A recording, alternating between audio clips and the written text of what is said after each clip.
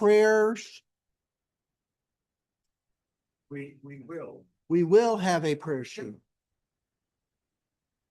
We will have a semblance of something like that in a minute. Thank you. Yeah. Sure. Yeah, sure. It's coming to art. It is coming to art. Okay. One way or another. It's coming. It will go to art. All right. All right. So in our class today, as we get started, in terms of what does the event of the Holocaust or humanitarian disasters like it, what do they cause us to notice as we read scripture, and how might it inform how we read and draw depth out of the scripture? And so we've talked about, so far we talked about isolation and belonging, our responsibility to others. We talked about survival last week.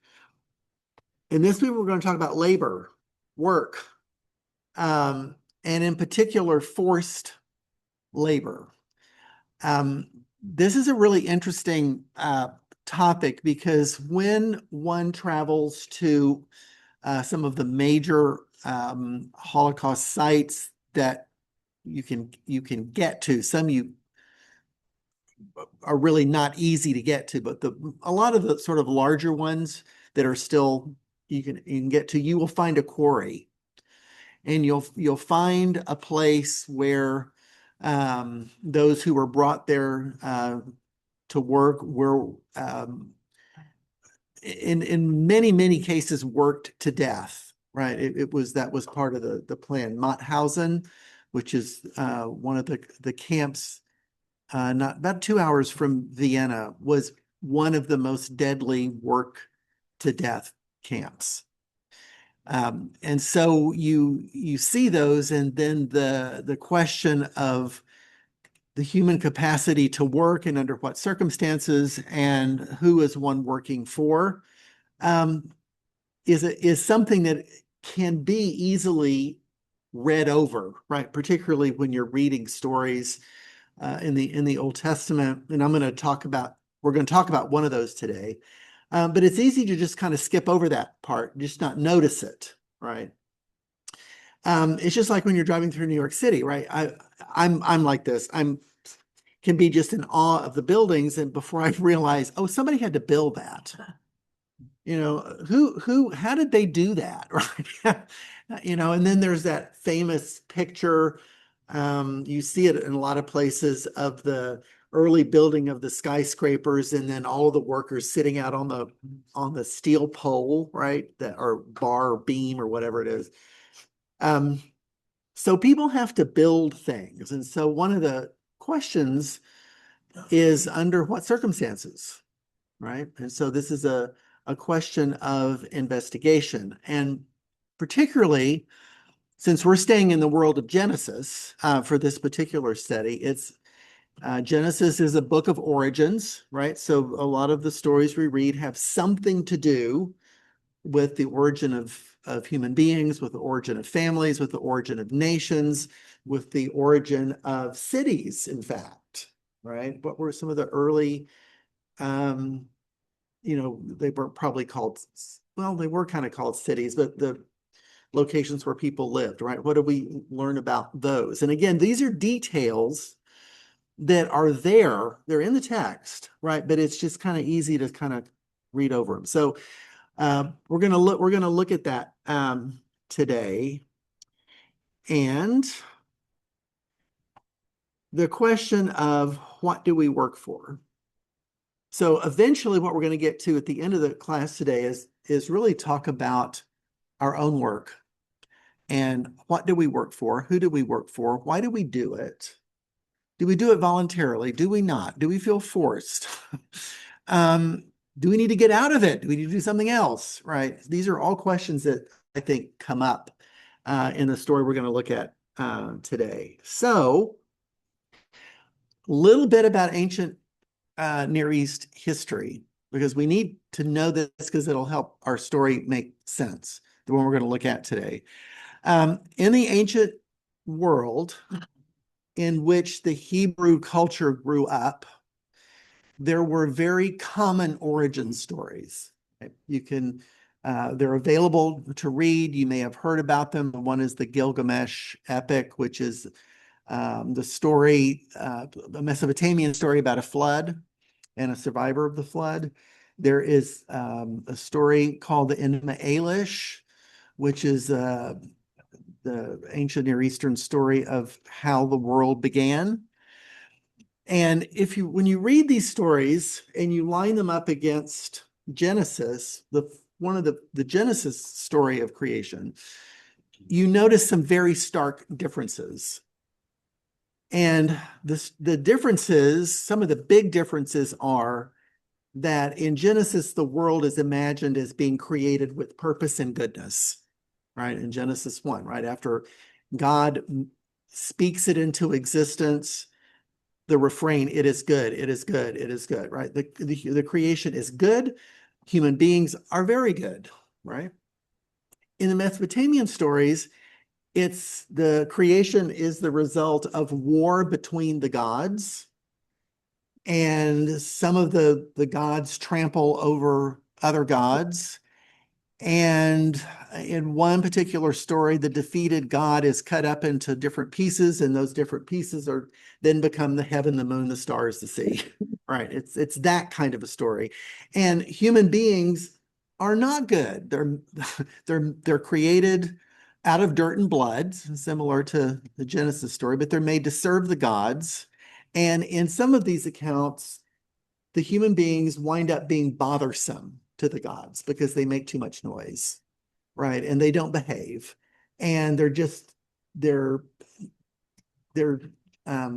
they're not enemies of the gods, but they're annoyances, right? And which is a very different picture than you get in the book of Genesis. And the other thing that origin stories talk about are towers and edifices and structures that are built to honor the gods, right? So the idea of building a tower, for instance, was a known thing, right? It happened all throughout the ancient Near East. And so pretty much what you have in the biblical creation stories is a fairly pointed critique, and it's called polemic, right? It's sort of a critique against the old creation stories in favor of the one that the Hebrew world tells, right? And of course, the story in Genesis is theological in that it talks about who God is and who human beings are in relationship to God, and it is relational, right? It's not the idea of God subject, right? It's not that kind of, even though there is that sense of divine sovereignty over human beings, there's still relationship, which makes it unique in some ways, in a lot of ways. So we keep that kind of in mind. We're going to talk today about the Tower of Babel, right? And that story, of course, it's not too hard to figure out that the term Babel is a play on Babylonia, right? That the way this history that we have in the Bible is put together, and probably the time period in which it is put together, really is in many ways a critique and a takedown and a rebuttal of the Babylonian creation stories, so when we talk about the Tower of Babel, we have these things in mind, right? As we're going to read this, as we read this story. The other thing to keep in mind is the blessing of God, right? That in Genesis 1, God blessed them, and God said to them, "Be fruitful and multiply and fill the earth and subdue it, have dominion over the fish of the sea," and so forth, right? This blessing, in one form or another, is repeated several times throughout Genesis 1 to 11, right? And that's another thing that it's easy to kind of skip over because it's sort of buried in some of the other stories. But the repetition of the blessing is something that is going to factor into how we read the story of the Tower of Babel, because the blessing is really clear, right? It's to be fruitful and multiply and do what? Fill the earth. All right. Immediately, the question comes up, well, how do you fill the earth if you're stuck in a garden? Right? I mean, we always think about the Garden of Eden and the expelling from the Garden of Eden, but in one sense of the word, that was necessary for the whole earth to be populated, right? If we're going with the blessing. The scattering that happens after the ark, the scattering again that happens after the in the Tower of Babel story at the end with the confusion of languages and sending people out all over the earth is thematically tied to the blessing, right? So we just have to keep that in mind as we're wrestling with the story. Okay, now one of the things that I want to also call our attention to is the notion of scattering versus gathering, right? So when people get together to build a tower, you've got to gather to do that, right? You've got to come together to build this tower thing, right? When you come together to build a city, you're gathered in one spot. Now, the question is, okay, people are gathering. Maybe that's not quite so bad. You know, that's what kind of people do, right? They gather. But what also can happen when people gather together, right? And they're working on a project, right? One of the things that's suggested in the book of Genesis, and I say this only because it seems fairly consistent across the world of Genesis, is that when people start to gather and build cities, there is violence that's associated with that, the rise of violence. So, not that you should know this or have even noticed it, but can you think of the very first city that's mentioned in the book of Genesis? It's not one anybody ever talks about, right? I mean, it is literally buried in a whole sea of other very interesting stories. But there's the very first mention of a city is the city that Cain builds in Genesis chapter 4. When he leaves the presence of God, he goes and builds a city and names it after his first son, Enoch.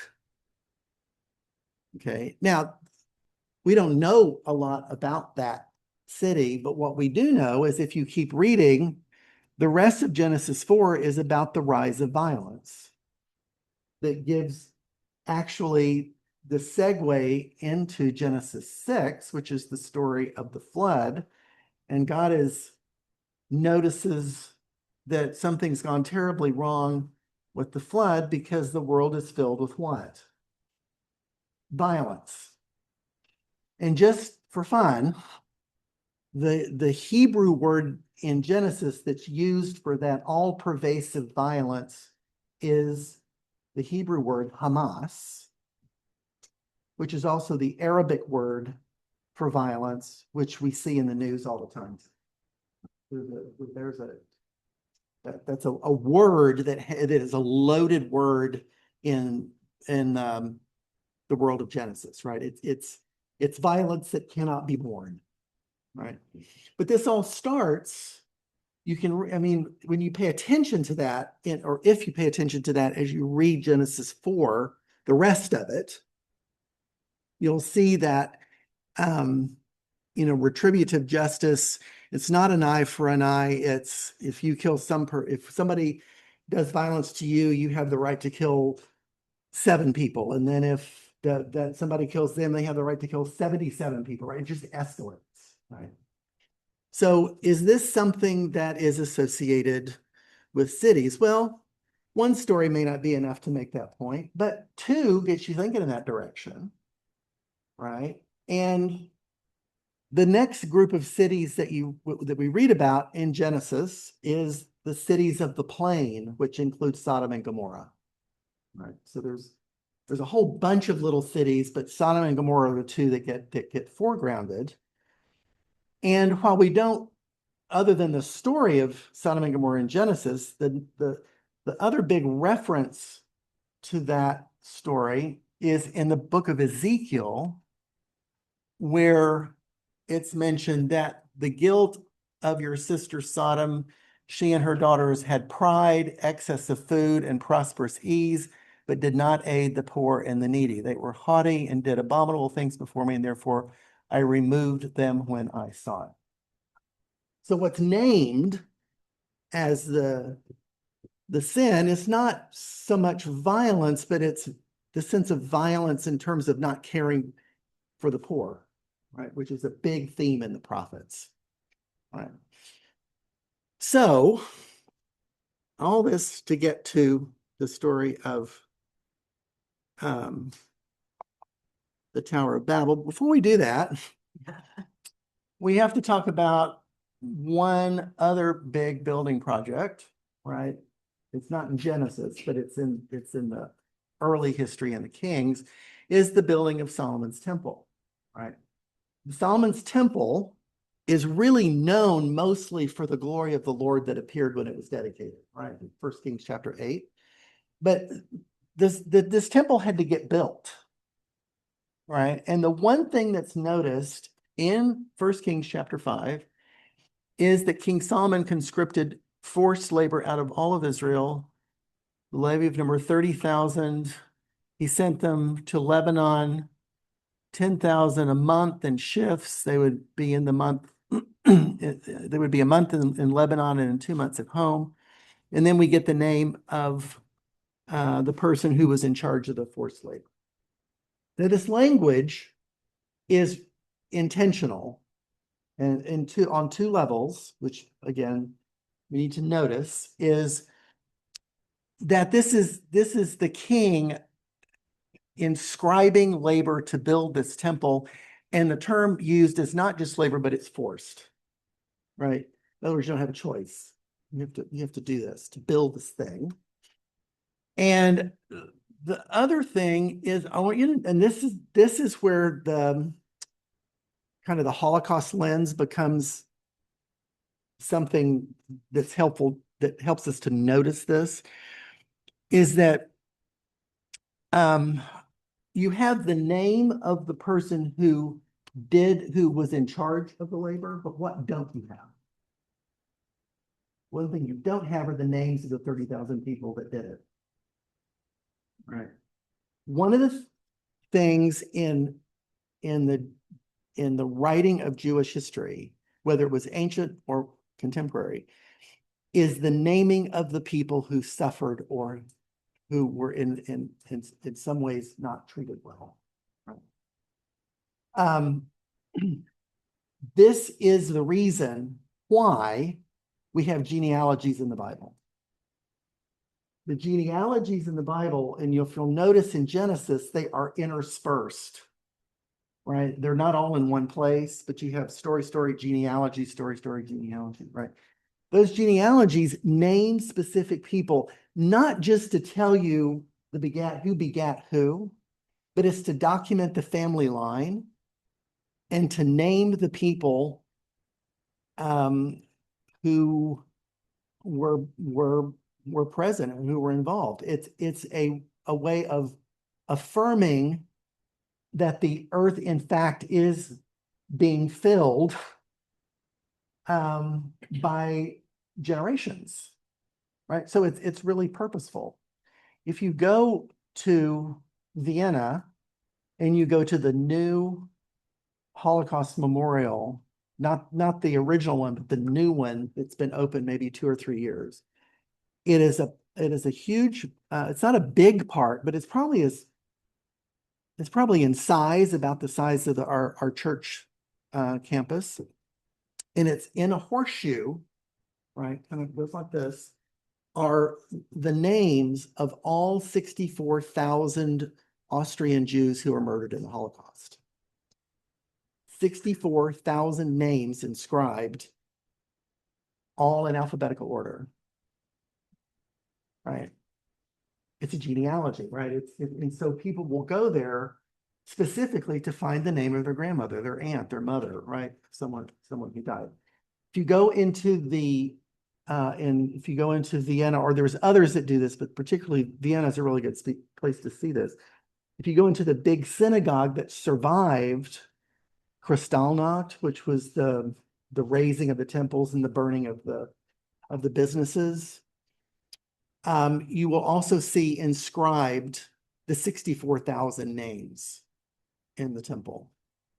If you go to Auschwitz and you go to the new research section that's now open to the public, there is a room, and it's about the size of this building of CR2. And there are it's what it looks like. They're like poles that run the length of the building. And on these poles are sheets of paper, and each one is about the size of this TV screen. And on these sheets of paper to date are the inscription in alphabetical order of 4 million Jews who have been documented to have been killed in one of the camps. Right? The research behind this is enormous, right? But it's to honor the people, right? And so when the inequity, right, the logic here, particularly when you read something like this, right, is it's highlighting just the sheer numbers of people that were inscribed or forced or made to build this edifice, none of whom were named. There's no genealogy here. It's missing, right? And but what you do have is the name of the person who was in charge, right? Which is often the case, right? You know the people who did it, but you don't know the actual names. Why is this important? Well, one of the big sites it's now in far eastern Poland. It's almost to the Russian border or the Belarus border, is the camp of Treblinka, right? Which was next to Auschwitz, the most deadly of the camps. There were 50,000 Jews killed in that place in 18 months. It's huge killing machine. The monument that you see when you go there is a Soviet monument built by the Soviets, who were the first to actually see it, right? And what's interesting about that monument is that the Soviets put stones there in keeping with the Jewish tradition, but to mark the towns and the cities that were destroyed. There are no names of people.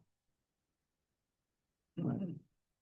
Right? You'll have a stone for France or a stone for a village over here. There's 1,900 of them in this big field, but you don't have any names, right?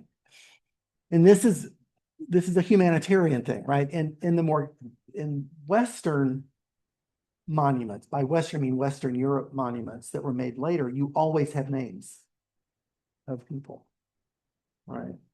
So there's a difference between remembering the humans that died and remembering names of towns and countries, which have the feel more of conquest, marking conquest rather than marking people, right? So it's just a sensitivity, right?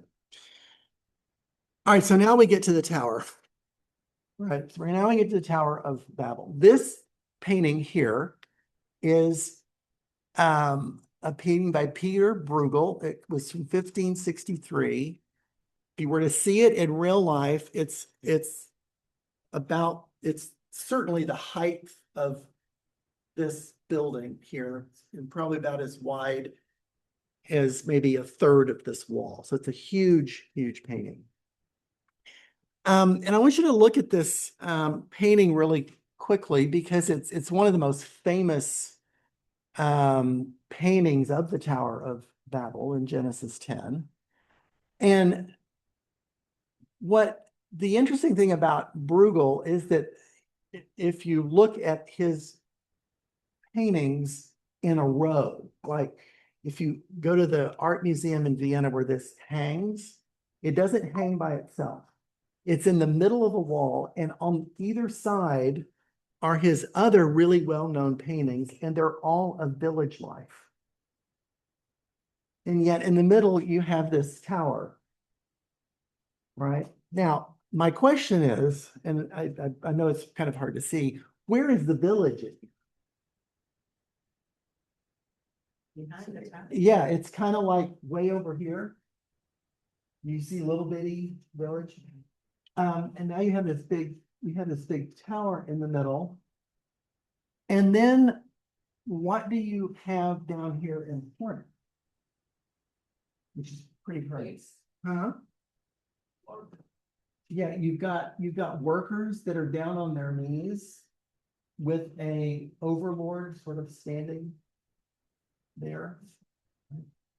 So you have the workers who are in some way begging this king, whoever he is, for something. Now, Bruegel's trick in his paintings is he will often paint the point of his picture in a corner. Right. So if you're looking at the painting and you're wondering, okay, what's the point of this? He'll show you. You just have to look at it, right, really carefully. And so, for example, the other paintings that he does that are around this have to do with the wedding or a lot of children playing in square. Right. So human life, humanity is what's important. But if you put the picture of the tower in the middle, then you see what's happening to the life on either side. Life is being erased in favor of this building.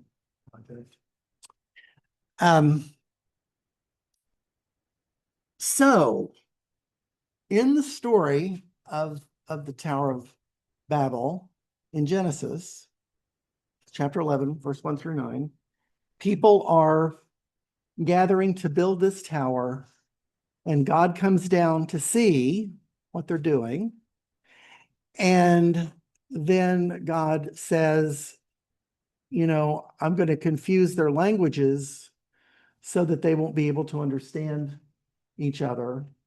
And nothing they put their mind to do will be, they'll be able to do whatever, right? They can do whatever if they'll be able to do whatever they set their mind to do. And so from that point, people are scattered across the earth. Now, the question is why? What's the point? And the kind of the general answer, or the answer that most comes up is, well, it's it's a critique of the pride of human beings to build a tower that's going to reach the heavens. That's the real problem, is that human beings are trying to be like God. I think through the lens maybe of the Holocaust, not that that can't be a point that's made, but I think there's another point being made here, is that is the problem really human pride, or is the problem enslavement? Right? Is the problem injustice? Is the problem that the joy of human life is being co-opted, being denied, because people are being forced to work on this big project? Is the scattering not perhaps a blessing in the sense that people need to be free to do what they are called to do, need to do, want to do?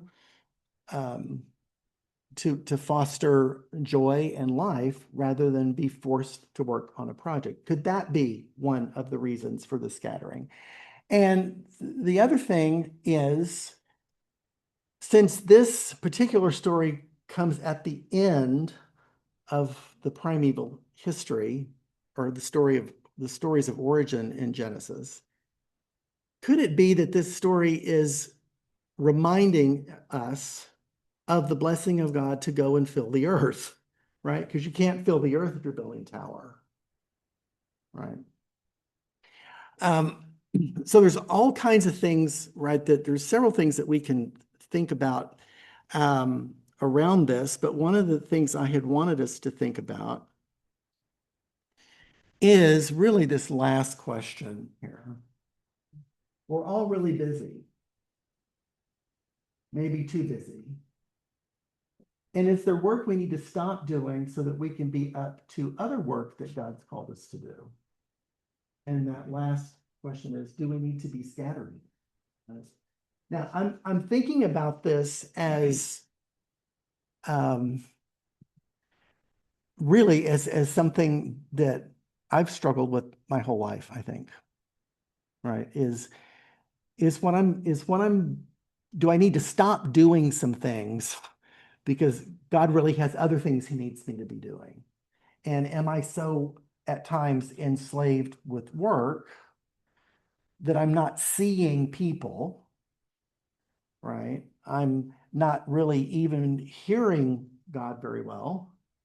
And I'm therefore not really doing what God wants me to be doing right now because I'm so consumed with this other thing, right? Like a lot of stories in the Bible, they work as metaphors, right? They have their kind of immediate meaning, but they're also big enough to speak to us, right, about something important. So that's my question: is what are is there a way in which we can look at this story that sort of helps us examine what we do and why we do it? And is there some other work that God's been calling us to do that we've just not taken up yet? Right? It's no guilt here. It's just because I can remember times when I really felt that God was saying, you know what, you need to do this thing over here. I really want you over here. And I just sort of ignored it. Like, yeah, but I've got to do this other thing. And he's like, no, you don't. You don't have to do this. You may want to do it, but you don't have to do it. Right. And so there's wrestling, right? That goes on with that. Yeah, Dale? Yeah, and sometimes it may be that we are meant to do the work we are doing, but in a different way. Different way. With a different focus. Mm-hmm.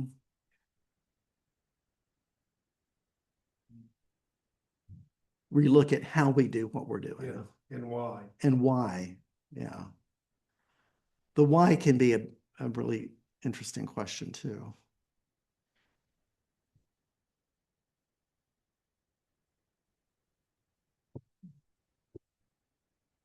What other thoughts do you have? Yeah, yeah.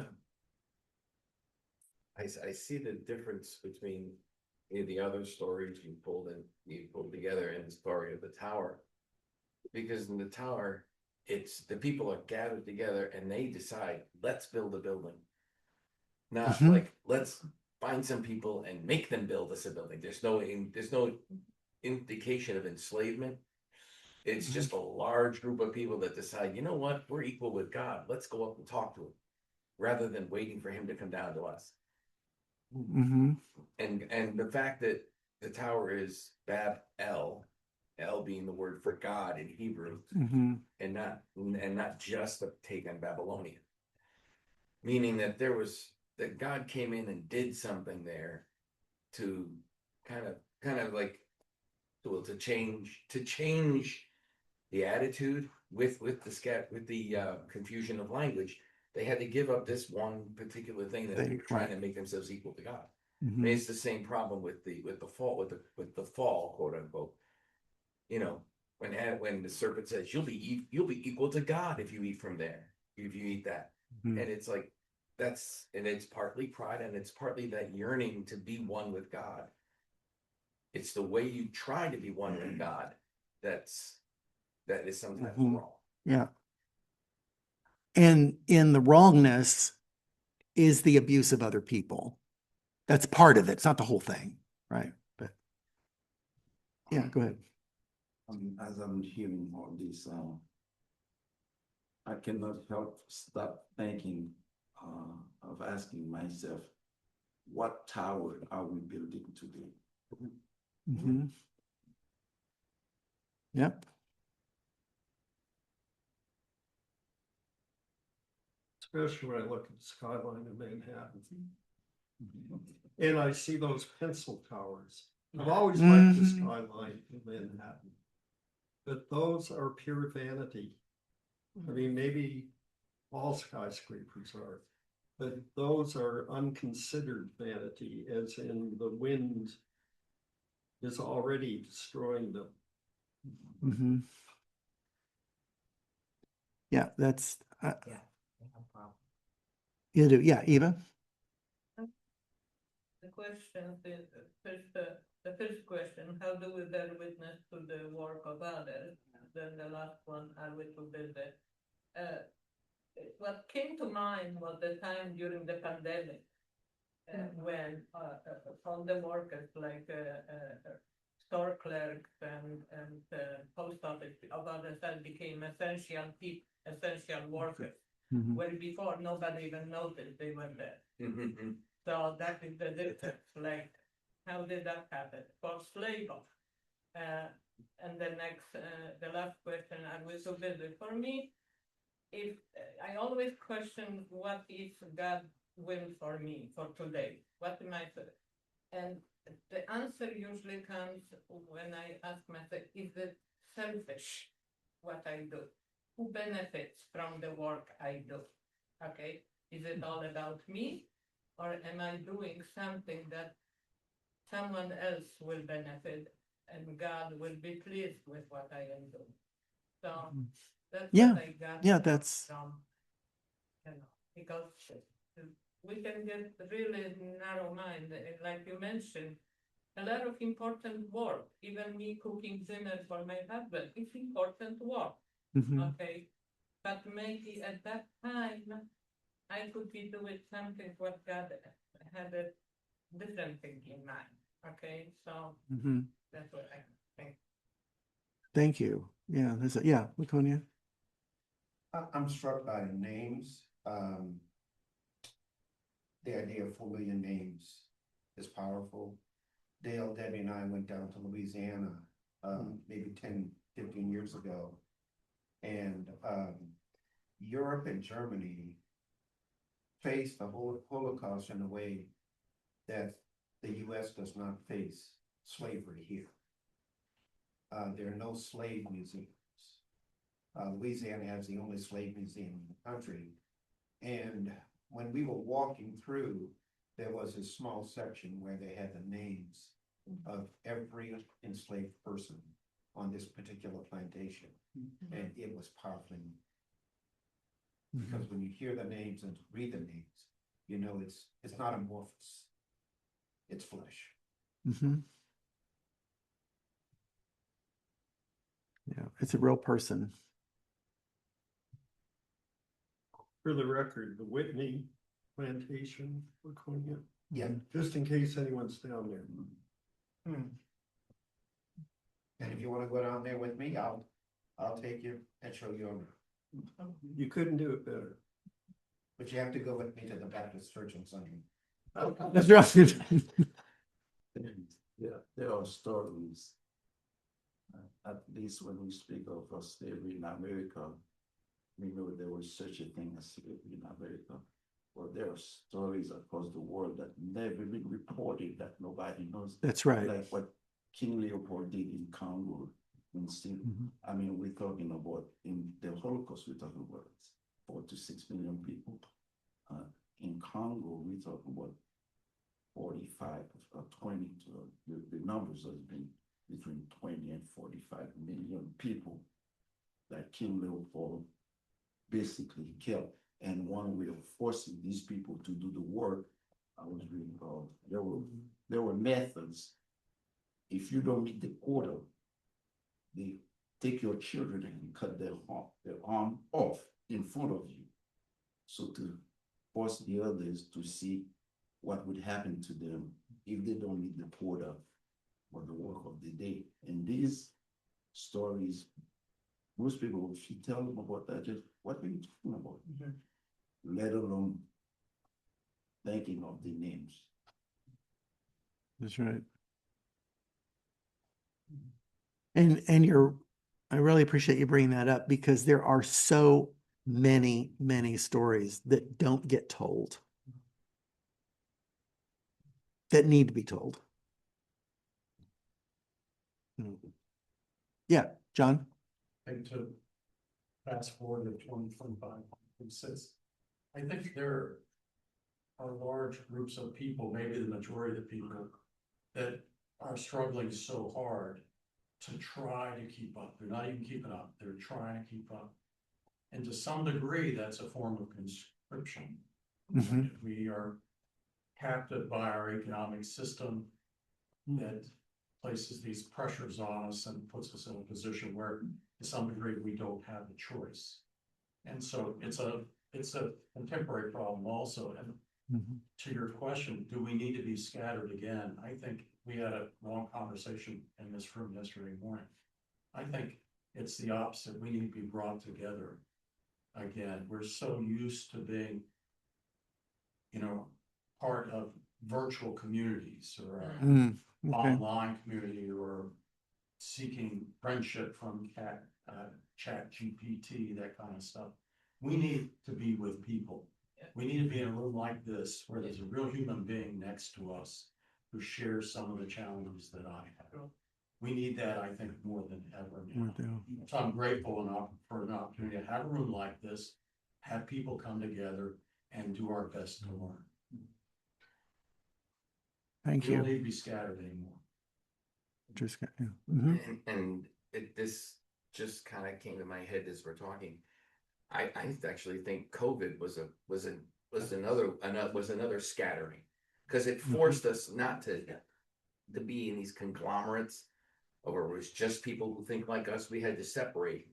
We had to do things apart from each other.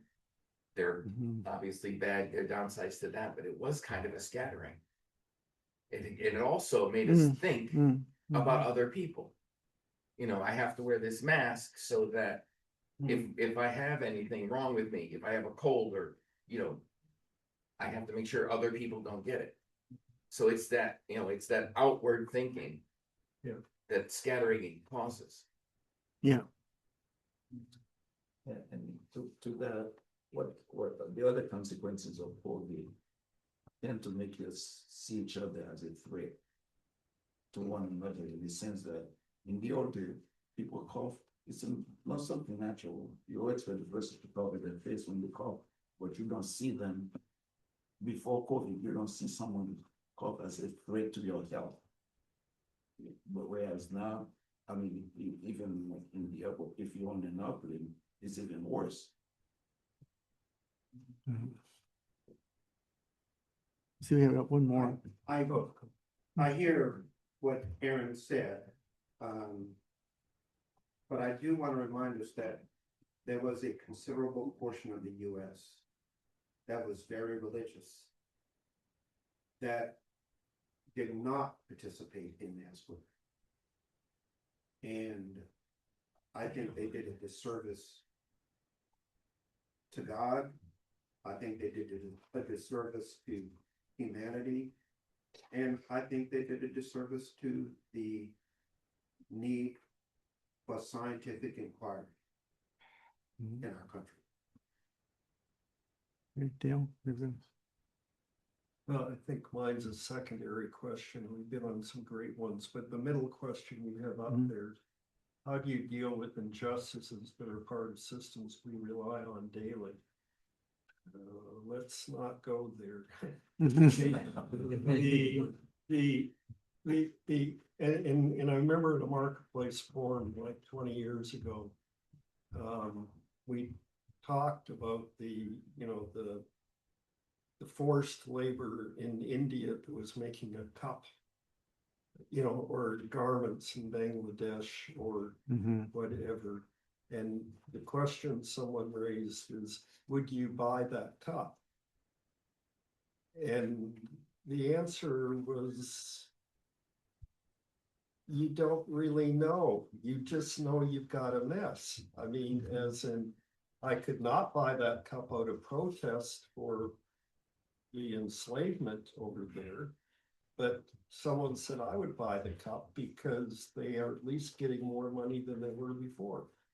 Well, okay, but it just reminds you, we have a big world Mhm. and there's injustice everywhere, and how much attention do we pay to that? Yeah, and I think part of the reason I raised the question is simply to is to notice the question.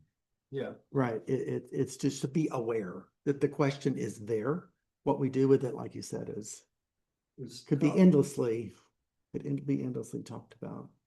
So I think our time I want to honor our time. And so, Art, we need to stop.